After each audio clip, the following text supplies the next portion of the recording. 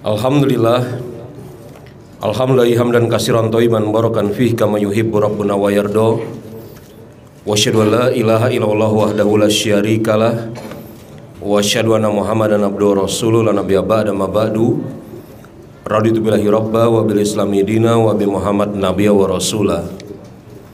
Segala puji bagi Allah Subhanahu wa taala, Rabb semesta alam yang telah memberikan kepada kita sekian banyak nikmat Islam, nikmat iman, nikmat sehat walafiat, dan nikmat pada hari ini. Allah Subhanahu wa ta'ala kembali mempertemukan kita di dalam pembahasan kitab Riyadhus Shalihin.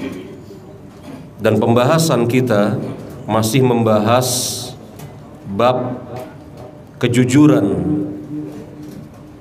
Dan pada kesempatan hari ini kita akan membacakan dua hadis dari bab jujur, yakni hadis yang ke-57 yang dikeluarkan oleh Imam Muslim dari sahabat Sahal bin Hanif radhiyallahu anhu.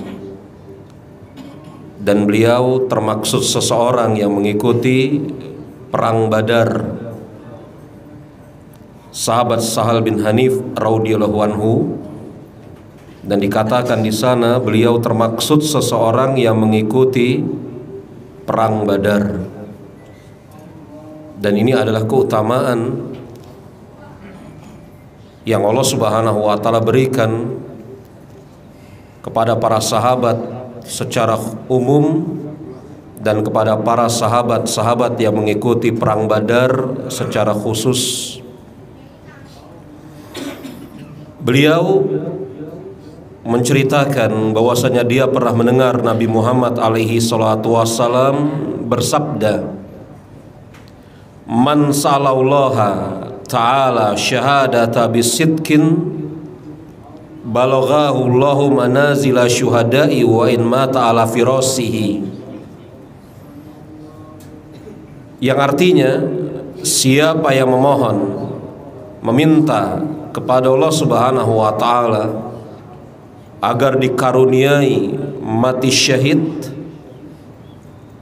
dan dia memintanya dengan jujur, maka Allah Subhanahu wa taala akan menyampaikan orang tersebut kepada tingkatan derajat para syuhada sekalipun dia mati di atas tempat tidurnya. Hadis riwayat Imam Muslim. Hadis yang agung sekali, yang menunjukkan kepada kita tentang betapa pentingnya seseorang jujur. Dikatakan di sana, siapa yang meminta kepada Allah Subhanahu wa taala agar Allah Subhanahu wa taala menganugerahkan kepada dirinya mati syahid, dan dia memintanya dengan sejujur-jujurnya, dengan sebenar-benarnya, maka Allah Subhanahu wa taala akan menyampaikan orang tersebut kepada derajat syuhada walaupun dia mati di atas tempat tidurnya. Jemaah rahimani wa rahimakumullah, seorang muslim, mungkin diantaranya kita, terkadang terhalang untuk mengerjakan beberapa macam ketaatan. Saya ulangi, seorang muslim, mungkin termaksud diantaranya kita, terkadang terhalang untuk mengerjakan beberapa macam ketaatan.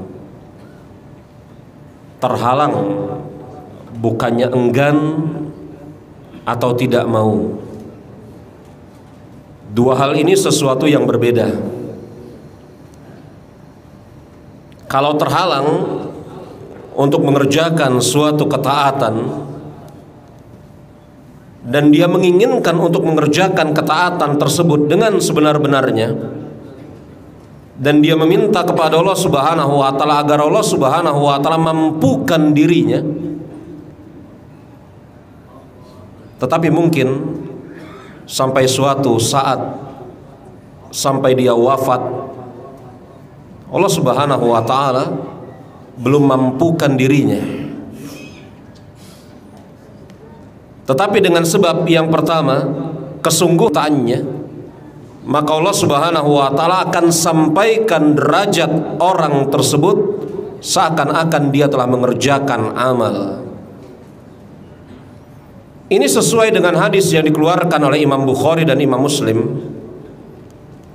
di mana Nabi kita Nabi Muhammad alaihi salatu wasallam mengatakan, man hamma bihasanatin falam ya'malaha kataballahu hasanatan kamilatan. Dan ada seorang muslim yang dia bersungguh-sungguh untuk mengerjakan kebaikan, dia bersungguh-sungguh untuk atau ingin mengerjakan kebaikan, akan tetapi ada satu atau dua hal yang menyebabkan dia tidak sanggup untuk mengerjakannya. Maka apa kata Nabi kita Nabi Muhammad alaihi salatu wassalam? Maka dia akan diganjar seakan-akan mengerjakan kebaikan tersebut dengan ganjaran yang sempurna. Maka jemaah rahimani wa rahimakumullah, siapa di antara kita yang kemudian mungkin ada halangan-halangan tertentu untuk mengerjakan suatu kebaikan, bukan tidak mau. Mungkin halangan berupa harta, halangan berupa kesehatan, halangan berupa kesempatan. Berupa harta, dia tidak bisa mengerjakannya karena dia tidak memiliki harta. Berupa kesehatan, dia tidak bisa mengerjakannya karena dia terhalang dengan sebab fisiknya mungkin tidak sehat. Sebagaimana dia terhalang karena tidak memiliki kesempatan, harta memiliki, ya, kesehatan memiliki, tetapi kesempatannya dia tidak memiliki. Kita ambil satu contoh untuk menunjukkan tiga perbedaan ini. Ibadah haji,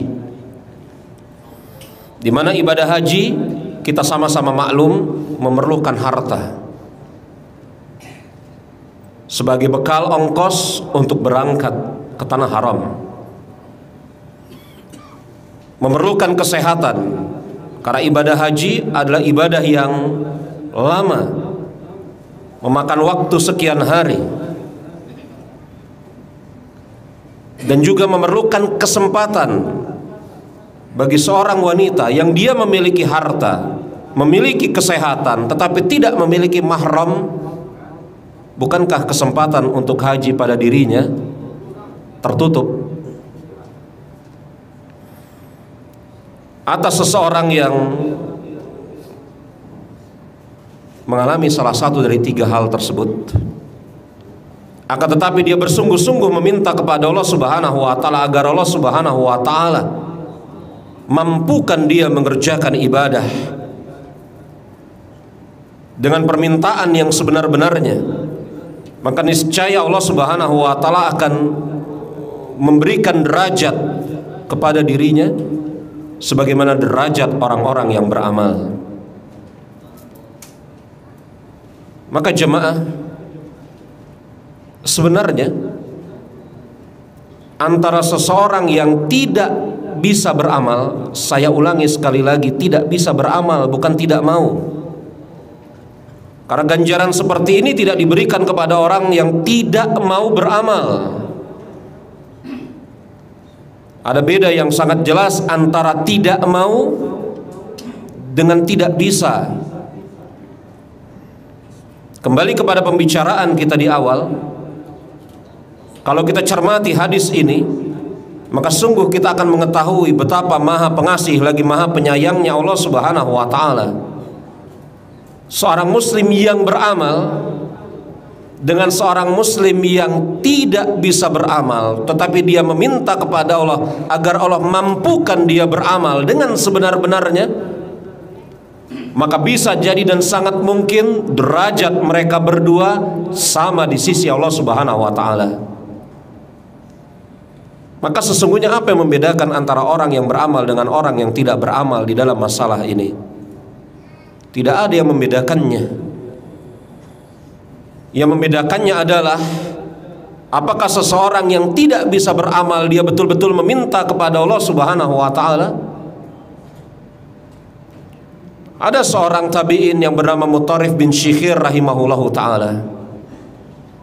Allah Subhanahu wa taala berikan kepada dia suatu halangan sehingga tidak bisa beramal. Saya tidak bosan mengatakan tidak bisa, agar jelas pada diri kita beda antara tidak bisa dengan tidak mau. Mutarif bin Syikhir, Allah Subhanahu wa taala berikan kepada dia suatu halangan sehingga tidak bisa beramal. Tetapi dia berdoa senantiasa meminta kepada Allah Subhanahu wa taala agar Allah Subhanahu wa taala mampukan diri dia. Sebagian di antara murid-muridnya memperhatikan bahwasanya Mutarif bin Syikhir, gurunya ini, tidak kurang dari 20 tahun meminta sesuatu yang sama. Ketangguhan, kesungguhan, kejujuran, keistiqomahan seseorang di dalam berdoa kepada Allah Subhanahu wa taala 20 tahun meminta sesuatu yang sama, yakni meminta sesuatu yang dengan sebab itu Allah Subhanahu wa taala mampukan dia beramal. Salah seorang muridnya mengatakan kepada Mutarif bin Syikhir, guru,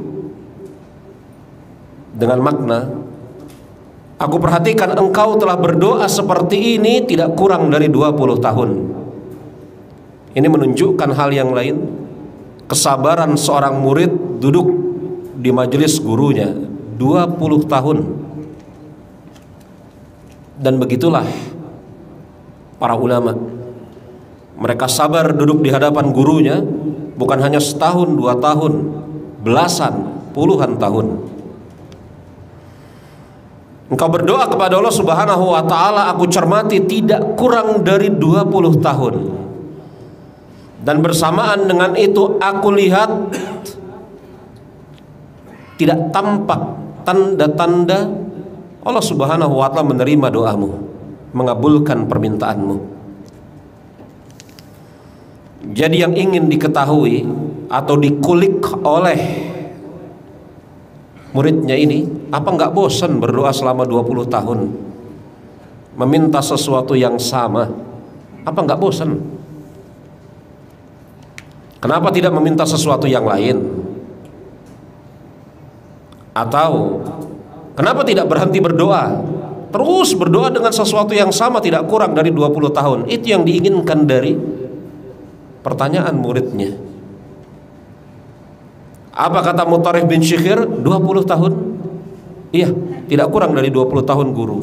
Alhamdulillah, Allah Subhanahu wa taala berikan kepada diriku kesanggupan untuk beribadah dalam bentuk doa tidak kurang dari 20 tahun. Ucapan yang luar biasa. Alhamdulillah, Allah Subhanahu wa taala berikan kepada diriku kesanggupan untuk beribadah dalam bentuk doa tidak kurang dari 20 tahun.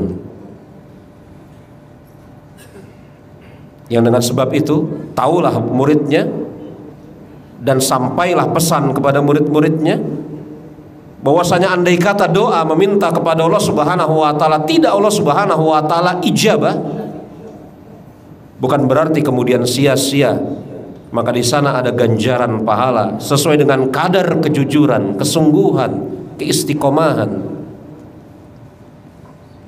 Siapa di antara kita yang terhalang tidak bisa mengerjakan suatu amal, maka jangan putus asa, minta kepada Allah Subhanahu wa taala dengan bersungguh-sungguh, jangan pernah bosan, baik sangka kepada Allah Subhanahu wa taala dan yakin akan kebenaran ucapan Nabi kita Nabi Muhammad alaihi salatu wassalam, sebagaimana ada di dalam hadis ini, siapa yang meminta kepada Allah Subhanahu wa taala agar Allah Subhanahu wa taala anugerahi dia derajat sebagai seorang syuhada, mati syahid, ini derajat yang tinggi. derajat yang tinggi. Orang yang mati syahid memiliki derajat yang tinggi di sisi Allah Subhanahu wa taala. Bisa memberikan syafaat tidak kurang dari 70 anggota keluarganya.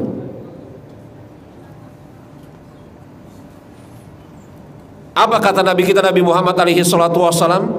Maka Allah Subhanahu wa taala akan menyampaikan kedudukan orang tersebut kepada kedudukan seorang syuhada, walaupun dia mati di atas tempat tidurnya. Makanya ketika mendengar hadis ini, Umar bin Khattab radhiyallahu anhu mengatakan, siapa yang tidak pernah membisikkan di dalam hatinya keinginan untuk mati syahid, hendaklah dia mati dalam keadaan sebagai seorang penyembah berhala. Hadis yang kedua, hadis yang agung yang menjadi judul dari pembahasan kita di hari ini. Dari Abu Hurairah, semoga Allah Subhanahu wa taala meridhai beliau. Beliau berkata, bersabda Rasulullah sallallahu alaihi wasallam, ghazan nabiyyu minal anbiya'i salawatullahi wassalamuhu. Hadisnya panjang, saya bacakan, saya terjemahkan, langsung kita petik faidah-faidahnya.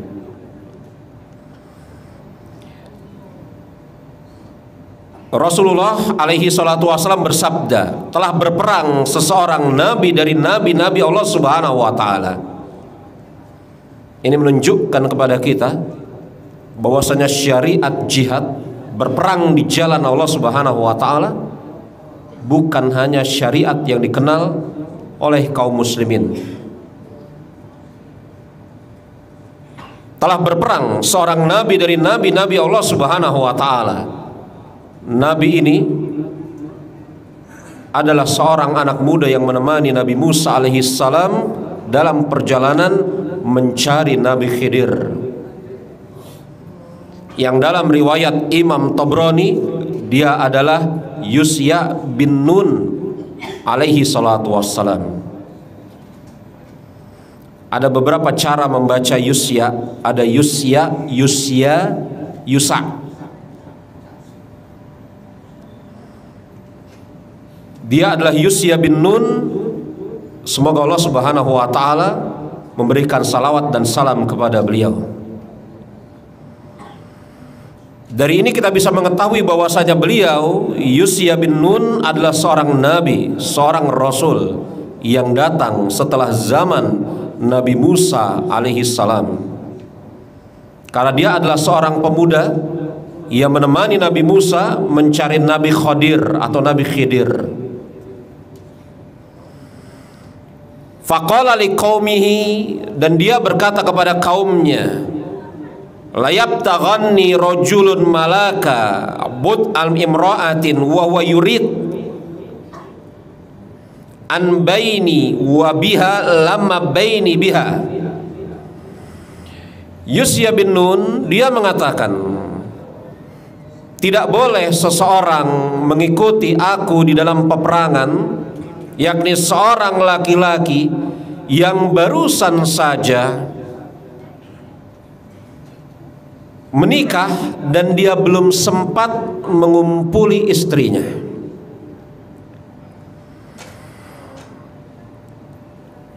Wala ahadun bana buyutan lam yarfa'u suqufaha, dan tidak boleh ada seseorang di antara kalian mengikuti aku di dalam peperangan dan dia sedang membangun rumahnya belum menutupi atapnya, yakni sedang meninggikan bangunan tapi belum menutupi rumahnya dengan atap. Wala ahadun istara ghanaman aw khaliqatin wa huwa yanzuru auladaha, dan tidak boleh salah seorang di antara kalian mengikuti aku di dalam peperangan yang sedang menunggu hewan ternaknya melahirkan. Yakni Yusya bin Nun ketika hendak berperang, beliau mengumumkan bahwasanya tidak boleh seseorang di antara pasukannya mengikuti dia di dalam peperangan. Yang pertama, yang baru menikah, belum sempat mencampuri istrinya. Yang kedua, yang sedang membangun rumah dan belum sempat menutupi rumahnya dengan atap. Yang ketiga, yang sedang menunggu hewan ternaknya melahirkan. Kenapa Yusya bin Nun alaihi salam memberikan persyaratan seperti ini? Dikatakan oleh para ulama semisal Imam An-Nawawi, agar seseorang yang pergi berjihad bersama beliau dalam keadaan fokus dan tidak tersibukkan pada perkara dunia. Kalau kemudian kita tarik faedah yang diberikan oleh Imam Nawawi tersebut kepada diri kita di hari ini, maka bisa kita katakan, hendaklah seorang muslim ketika dia beribadah menghadap Allah Subhanahu wa taala, dia menghadap Allah Subhanahu wa taala dalam keadaan fokus dan tidak tersibukkan dengan urusan dunia. Andai kata ada urusan-urusan dunia yang bisa dia selesaikan sebelum dia menghadap Allah Subhanahu wa taala, beribadah kepada Allah Subhanahu wa taala, maka secepatnya dia selesaikan. Ini nasihat buat saya pribadi dan Anda semua sebagai para pedagang. Kita mengetahui bahwasanya waktu zuhur jam 12 kurang. Maka jangan bikin janji jam 11 ke atas. Jangan bikin janji jam 11 ke atas agar tidak tersibukkan. Kita sama-sama mengetahui terkadang janji jam 11 tidak datang jam 11, setengah 12. Sudah siap-siap hendak pergi menuju masjid, orang yang ditunggu belum datang. Naik ke lantai atas, dapat WA, saya sudah sampai. Buyar semua konsentrasi. Makanya kata Imam Nawawi rahimahullahu ta'ala, ini sebagai suatu wasiat agar seorang muslim menghadap Allah Subhanahu wa taala, beribadah kepada Allah Subhanahu wa taala dalam keadaan fokus, tidak tersibukkan dengan urusan dunia. Bayangkan jemaah rahimani wa rahimakumullah, apabila ada seseorang yang berjihad di jalan Allah dalam keadaan dia baru menikah, belum sempat mengumpuli istrinya, atau kemudian dia sedang membangun rumah, ini sebagai satu contoh, dia belum sempat menyempurnakan bangunan rumahnya, atau kemudian dia berjihad di jalan Allah dalam keadaan dia memikirkan hewan ternaknya yang hendak melahirkan. Maka dikatakan oleh Imam Nawawi, ini isyarat dari Nabi kita Nabi Muhammad alaihi salatu wassalam, bahwasanya agar seorang muslim ketika beribadah kepada Allah Subhanahu wa taala seharusnya fokus dan berusaha untuk meninggalkan berbagai macam urusan dunia. Demi Allah ya jemaah, urusan dunia sudah berusaha ditinggalkan saja masih nyangkut ketika kita beribadah, apalagi kalau kita tidak berusaha untuk meninggalkannya. Demi Allah, saya merasakan dan mungkin Anda merasakan, urusan dunia ini kita berusaha untuk meninggalkannya masih nyangkut ketika kita beribadah, apalagi kalau kita tidak berusaha meninggalkannya. Bukan nyangkut lagi, berusaha. Makanya Nabi kita Nabi Muhammad alaihi salatu wasallam sampai mengatakan, la sholata fi hadratit ta'am, tidak ada sholat atas seseorang yang sangat berhajat kepada makanan dan makanan itu ada di hadapannya, yakni tunda sholatnya. Makan dulu, kalau dia berhajat kepada makanan tersebut, makan dulu, minum dulu, baru dia mengerjakan sholat. Tapi jangan direkayasa ya. Sebagian orang merekayasa. Nauzubillah min zalik. Menjelang waktu sholat, dihadirkan makanan di hadapannya. Diajak oleh temannya, ayo sholat ke masjid. Loh, bukankah Rasul mengatakan la sholata fi hadrati ta'am? Tidak ada sholat atas orang-orang yang di depannya hadir makanan. Ini namanya merekayasa. Jemaah rahimani wa rahimakumullah, kita lanjutkan hadis ini. Faghadha fadana minal qaryati salatal asri. Maka berperanglah Nabi tersebut bersama pasukannya. Berperang Nabi tersebut bersama pasukannya. Dan tiba waktu sholat asar. Ini menunjukkan kepada kita bahwasanya apa? Bahwasanya sholat adalah ibadah yang telah dikenal oleh para nabi dan rasul. Makanya jangan heran kalau kemudian Nabi Musa alaihissalam mengatakan kepada Rasulullah ketika Isra dan Mi'raj, kembali engkau kepada Allah subhanahu wa ta'ala, minta keringanan dari 50 waktu agar dikurangi, karena sesungguhnya umatmu tidak akan sanggup sebagaimana umatku juga tidak sanggup. Berarti yang namanya sholat telah dikenal oleh Nabi Musa alaihissalam, telah dikenal oleh Nabi Isa alaihissalam. Maka ibundanya Maryam dikisahkan oleh Allah subhanahu wa ta'ala, warka'u ma'ar raki'in. Dia, Maryam, ruku, yakni sholat bersama orang-orang lain yang sedang mengerjakan sholat. Tiba datang waktu sholat asar atau mendekatinya, faqala lisyams, berkata Nabi tersebut kepada matahari, innaki ma'muratun wa ana ma'murah. Wahai matahari, sesungguhnya engkau diperintah oleh Allah subhanahu wa ta'ala, sebagaimana juga saya diperintah oleh Allah subhanahu wa ta'ala. Yakni matahari tersebut hendak bergulir memasuki waktu sholat asar atau mendekatinya, padahal peperangan belum selesai. Maka Nabi Yusya mengatakan kepada matahari, sesungguhnya engkau matahari diperintah oleh Allah subhanahu wa ta'ala.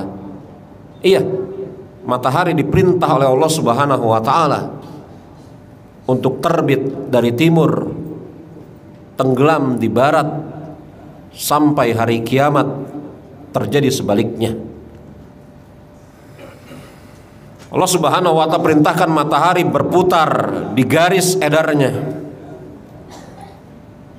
Maka matahari, sebagaimana benda-benda mati yang lain yang merupakan ciptaan Allah subhanahu wa ta'ala, menjalani takdir Allah subhanahu wa ta'ala secara kauniyah. Kita sering mendengar takdir ada dua macam, takdir kauni, takdir syar'i. Matahari, bulan, awan, termaksud bumi, bintang, angin, makhluk-makhluk ciptaan Allah subhanahu wa ta'ala, semuanya berada di bawah perintah Allah subhanahu wa ta'ala, tunduk kepada ketetapan qada dan qadar Allah subhanahu wa ta'ala secara kauni. Begitu. Sesungguhnya engkau diperintahkan oleh Allah subhanahu wa ta'ala, sebagaimana aku juga diperintahkan oleh Allah subhanahu wa ta'ala. Yakni Yusya sedang mengatakan, aku juga diperintahkan oleh Allah subhanahu wa ta'ala untuk berperang, berjihad di jalan Allah subhanahu wa ta'ala. Perintah yang Allah subhanahu wa ta'ala perintahkan manusia untuk mengikutinya, dan ketetapan tersebut dikatakan oleh para ulama adalah ketetapan takdir syar'i. Makanya jemaah, kalau manusia tidak menjalani takdir syar'i, Saya ulangi, matahari, bulan, angin, tumbuh-tumbuhan, termasuk hewan, mereka hanya menjalani ketetapan takdir Allah secara kauni. Apa yang Allah tetapkan, maka akan berjalan pada diri mereka secara kauni. Adapun manusia, saya, Anda, kita semua, Allah Subhanahu wa ta'ala tetapkan kepada mereka dua takdir, takdir kauni, dan Allah perintahkan untuk menetapi takdir syar'i. Saya tidak berbicara panjang dalam masalah ini ya, karena ini bukan pembicaraan inti dari hadis ini. Yang ingin saya isyaratkan kepada Anda, apabila ada seorang manusia tidak menjalani ketetapan takdir syar'i Allah Subhanahu wa ta'ala, lalu apa bedanya dia dengan binatang? Andai kata ada seorang manusia tidak menjalani ketetapan takdir syar'i Allah Subhanahu wa ta'ala, Allah tetapkan, Allah takdirkan, Allah perintahkan manusia untuk beribadah kepadanya dengan mengerjakan sholat, berpuasa di bulan Ramadan, mengeluarkan zakat, dan yang semisalnya. Ketetapan takdir qada dan qadar Allah Subhanahu wa ta'ala secara syar'i kepada manusia. Andai kata ada manusia yang tidak mengerjakan ini, lalu apa bedanya dengan hewan? Makanya ketika Allah Subhanahu wa ta'ala menjelaskan tentang manusia-manusia yang enggan untuk tunduk kepada takdir syar'i, apa kata Allah Subhanahu wa ta'ala? Walahum qulubun la yafqahuna biha. Mereka punya hati tapi nggak dipakai. Punya hati tapi nggak dipakai. Walahum uzunun la yasma'una biha. Mereka punya pendengaran telinga tetapi nggak dipakai untuk mendengar. Apa kata Allah Subhanahu wa ta'ala di akhir dari ayat tersebut? Ulaika kal an'am bal hum adol. Mereka itu seperti binatang ternak, bahkan lebih buruk. Lebih buruk dari binatang ternak. Yakni ketika manusia menjalani semata-mata ketetapan takdir kauni, dia sama seperti binatang ternak. Binatang pagi bangun, cari makan, cari pasangan, menikah. Pantas gak kalau binatang menikah? Kawin. Punya anak, membesarkan anaknya, cari makan lagi, kawin. Punya anak, membesarkan anak, berantem, berebut. Kalau kucing, ikan teri, sampah. Kalau manusia menjalani kehidupannya seperti ini, bangun pagi, cari duit, cari pasangan, jima, punya anak, membesarkan anak. Terus itu yang dijalani dalam kehidupan sehari-hari, kosong dari ibadah. Apa bedanya dia dengan kucing? Apa bedanya dia dengan anjing? Apa bedanya dia dengan binatang? Maka tidak salah ketika Allah Subhanahu wa ta'ala mengatakan manusia yang menolak untuk mengikuti ketetapan takdir syar'i, ulaika kal an'am bal hum adol. Mereka seperti binatang ternak, bahkan lebih buruk. Maka jamaah, kalau ditanya manusia ini Allah Subhanahu wa ta'ala muliakan dengan apa? Oh, ada yang mengatakan dengan akal, dengan rasa, dengan ini, dengan itu. Maka jawaban yang paling benar, Allah Subhanahu wa ta'ala muliakan manusia dengan kemampuan mereka untuk beribadah. Itu.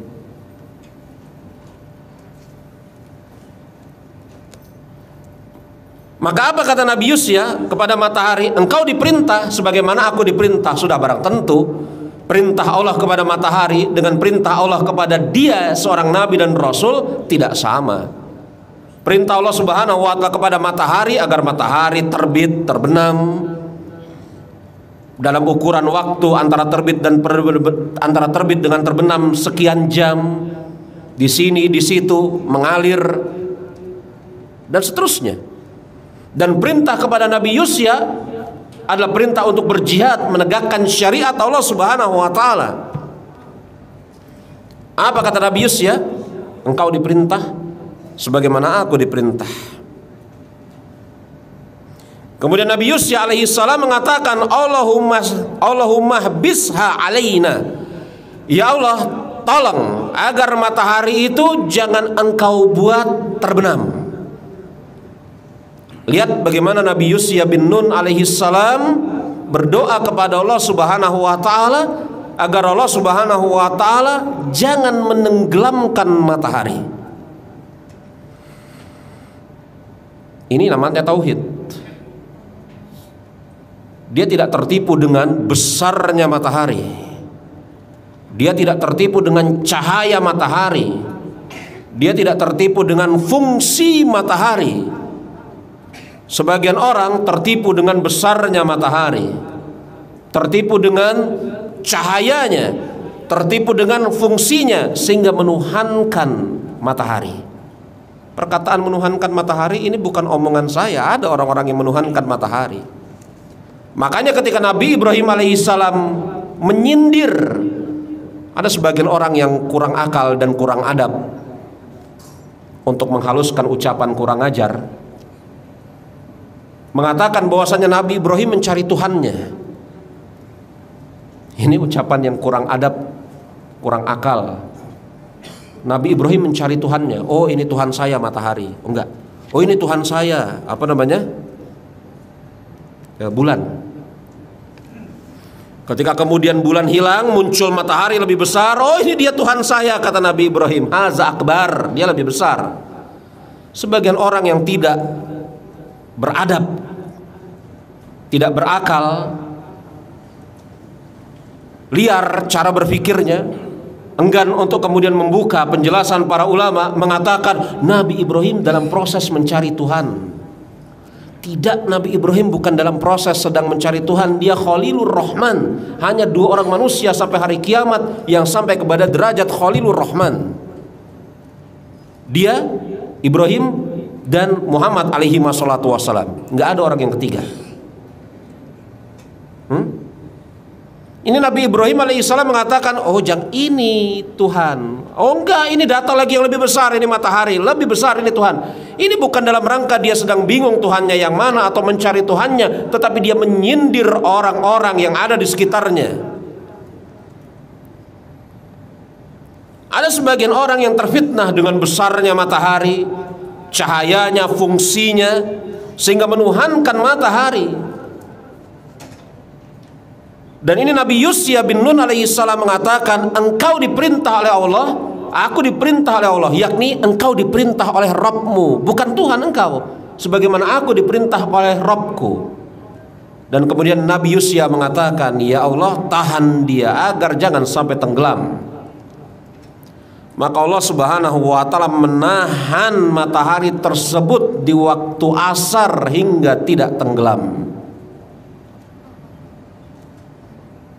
Jadi sebagaimana ucapan para ulama, Imam Ibnu Asakir, ada dalam kehidupan manusia, rentang sejarah kehidupan manusia yang sehari tidak 24 jam.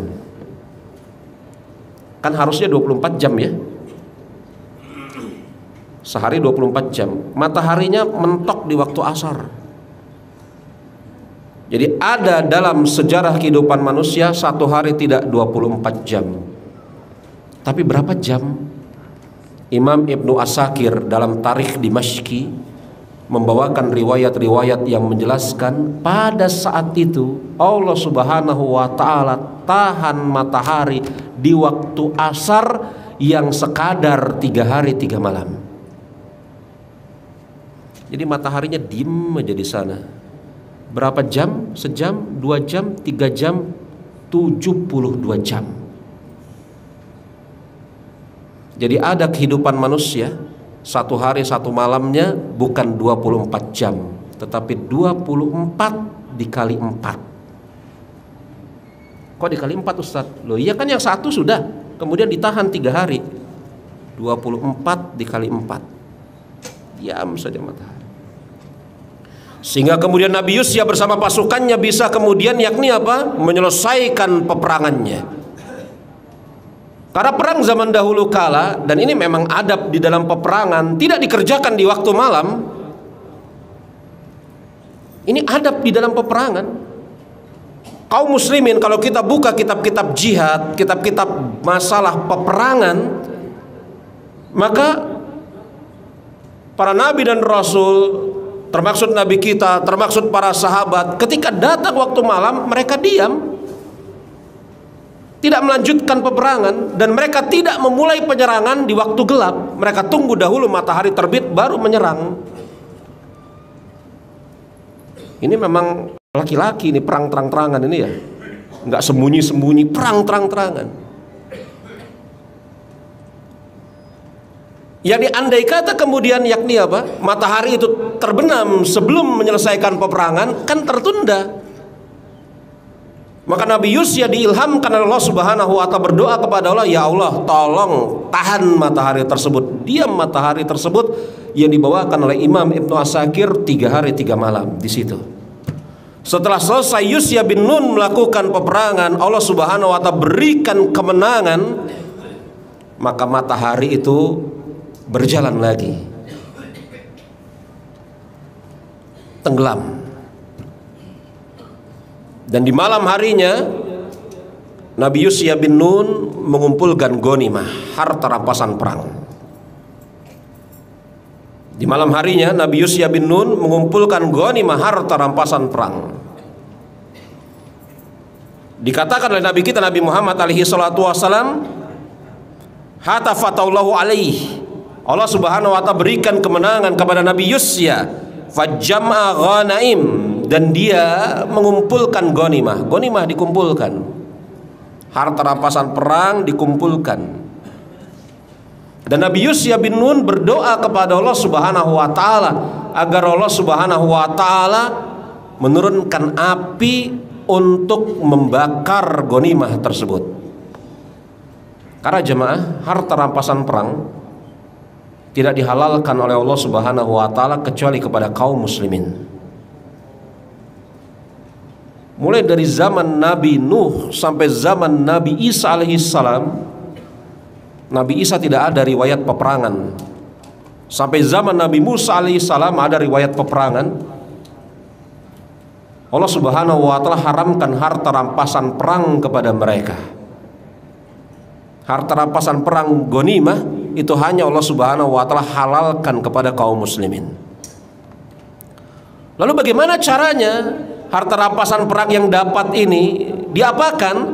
Maka dikatakan oleh Rasulullah, Nabi Yusya mengumpulkan harta rampasan perang tersebut di salah satu di antara tanah lapang dan berdoa kepada Allah Subhanahu wa ta'ala agar Allah Subhanahu wa ta'ala mendatangkan api, petir dari arah langit. Tetapi tidak kunjung datang api tersebut. Tidak kunjung datang api tersebut. Maka berkata Nabi Yusya bin Nun, inna fikum ghululan, sesungguhnya ada di antara kalian yang menyembunyikan harta rampasan perang. Maka hendaklah pemuka-pemuka kaum datang kepada diriku dan bersumpah, berbaiat. Maka datang pemuka-pemuka kaum yang mengikuti peperangan bersama Nabi Yusya, berbaiat kepada Nabi Yusya dengan memegang tangan Nabi Yusya. Kumpul, tangan-tangan banyak. Dan kemudian Nabi Yusya bin Nun alaihi salam berdoa kepada Allah Subhanahu wa ta'ala agar Allah Subhanahu wa ta'ala datangkan api untuk membakar harta rampasan perang tersebut. Kemudian Nabi Yusya mengatakan, angkat tangan kalian. Maka semuanya bisa mengangkat tangannya kecuali satu orang kepala kaum. Kata Nabi Yusya bin Nun alaihi salam, sungguh di dalam kaummu ada yang menyembunyikan harta rampasan perang. Maka panggil kaummu, suruh mereka berbaiat kepada diriku. Maka kepala kaum tersebut memanggil kaumnya berbaiat kepada Nabi Yusya bin Nun, dan Nabi Yusya bin Nun berdoa kepada Allah Subhanahu wa taala agar Allah Subhanahu wa taala datangkan api untuk membakar harta rampasan perang tersebut, dan mengatakan kepada kaum tersebut, angkat tangan kalian. Semuanya bisa mengangkat hingga tinggal satu tangan seorang laki-laki, yang Yusya mengatakan, sungguh engkau menyembunyikan harta rampasan perang. Maka serahkan harta rampasan perang tersebut.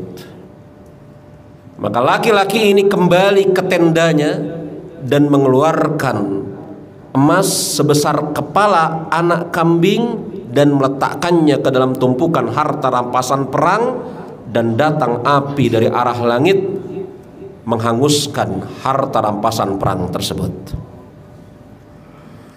Hadis ini jemaah rahimani wa rahimakumullah banyak faidah. Di antara faidahnya adalah kita tahu ada seseorang nabi dan rasul yang bernama Yusya bin Nun. Maka kalau disebut nama nabi dan rasul yang jumlahnya 25, itulah yang disebutkan secara jelas dan tegas dalam Al-Qur'an. Padahal di sana ada nabi juga yang disebutkan namanya dalam Al-Qur'an, tetapi tidak termaksud 25 tadi. Khidir contohnya. Sebagian ulama mengatakan Zulkarnain nabi, sebagian ulama mengatakan Ashabul Kahfi nabi. Tapi di dalam hadis kita jumpa ada nama Nabi Yusya, ada nama Nabi Daniel, dan yang lainnya.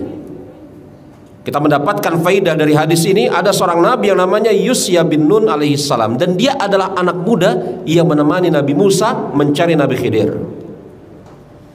Dari hadis ini kita mendapatkan pelajaran agar seorang muslim ketika masuk untuk mengerjakan peribadatan kepada Allah Subhanahu wa taala seharusnya menjauhkan diri atau menyingkirkan hal yang bisa mengganggu kekhusyuannya. Makanya apa yang dikatakan oleh imam di masjid sholat kita ini, matikan HP atau silentkan, itu adalah ajakan yang bagus. Karena bayangkan kalau kemudian Anda sholat, HP Anda berdering, bukankah Anda langsung hilang fokusnya? Kalau cuman Anda yang hilang fokusnya, itu masih kecil dibanding jemaah sekian banyak hilang fokusnya gara-gara mendengarkan suara HP Anda. Iya kan? Matikan HP-nya atau silentkan. Kita singkirkan hal-hal yang bisa mengganggu kekhusyuan kita di dalam ibadah sebisa mungkin. Walaupun tidak mungkin bisa 100%, tidak mungkin. Hadis ini juga menunjukkan kepada kita faidah yang lain, bahwasanya ghanimah tidak Allah Subhanahu wa taala halalkan bagi umat selain umat Islam. Hadis ini juga menunjukkan kepada kita mukjizat Allah Subhanahu wa taala kepada para nabi dan rasul. Jadi para nabi dan rasul Allah Subhanahu wa taala berikan mukjizat. Dan hadis ini juga menunjukkan kepada kita bahwasanya sepanjang hidup dan kehidupan manusia hanya satu orang yang menerima mukjizat ini, yakni menahan gerak matahari. Tidak ada orang yang kedua. Bahkan nabi kita tidak Allah berikan mukjizat ini. Ini bukan berarti nabi kita kedudukannya lebih rendah daripada Yusya, tidak. Karena mukjizat terbesar sepanjang zaman Al-Quran Allah berikan kepada nabi kita.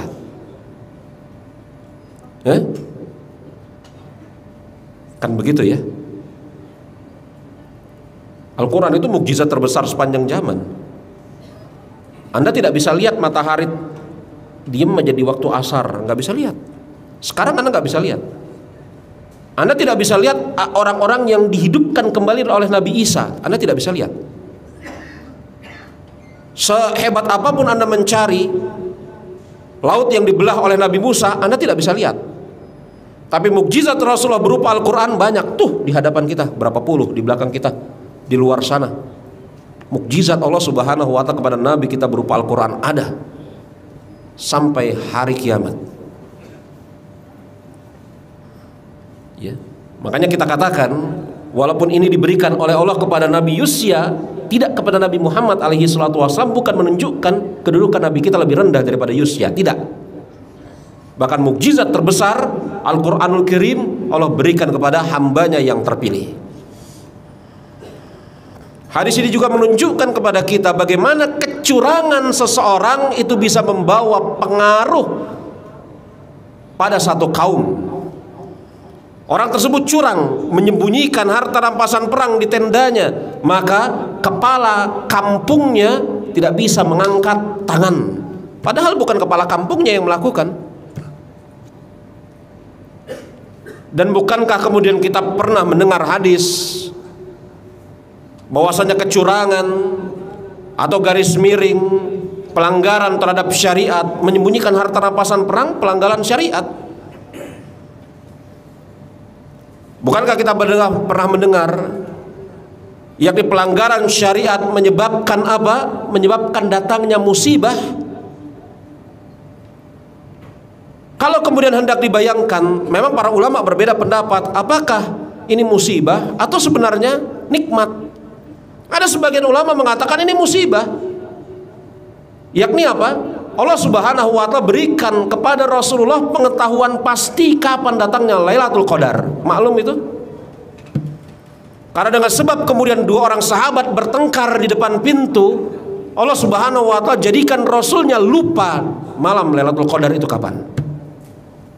Ada sebagian ulama mengatakan ini musibah. Ada sebagian ulama mengatakan ini nikmat. Tapi jelas Rasul tahu. Apa kata Rasulullah? Tidak dengan sebab ini Allah Subhanahu wa ta'ala utus aku. Sesungguhnya aku telah diberitahu oleh Allah Subhanahu wa ta'ala kapan malam Lailatul Qadar, tetapi dengan sebab pertengkaran kalian Allah Subhanahu wa ta'ala jadikan aku lupa. Maklum hadisnya riwayat Imam Muslim. Bagaimana kemudian kecurangan, pelanggaran syariat yang dilakukan oleh seseorang itu bisa membawa pengaruh kepada kaum muslimin secara umum. Makanya menukil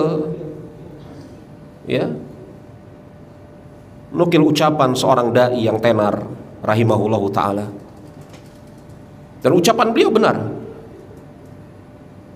Ini orang yang zina kan saya, yang mabuk saya. Pernah dengar mungkin anda ya dai itu? Iya betul, sahih. Kiai Haji Zainuddin MZ rahimahullahu ta'ala, dia pernah mengatakan, ada orang dinasehati, yang mabuk saya, yang zina saya, ente ngapain repot-repot nasehatin saya?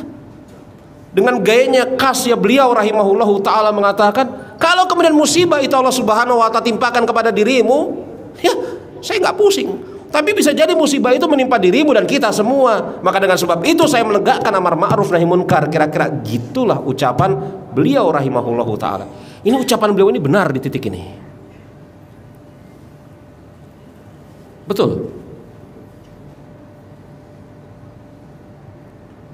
Dan ini juga menunjukkan kepada kita mukjizat Allah Subhanahu wa ta'ala, mukjizat Nabi Yusya bin Nun, kuasa Allah Subhanahu wa ta'ala. Allah Subhanahu wa ta'ala sanggup kemudian mengerjakan apa yang dia kehendaki, menjadikan matahari diam di tempatnya. Allahu a'lam bissawab. Udah lewat ternyata ya. Baik, ada yang mau ditanya saya persilahkan.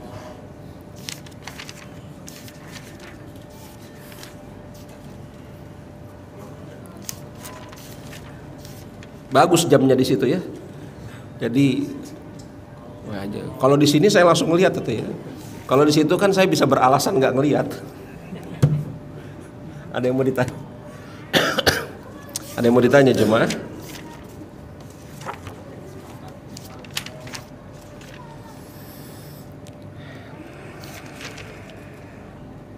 Kalau tidak ada, kita cukupkan pembahasan kita sampai hadis ini. Insyaallah ta'ala pada kesempatan yang berikutnya ya, kita akan lanjutkan pembahasan kita dari kitab Riyadhus Shalihin insyaallah ta'ala.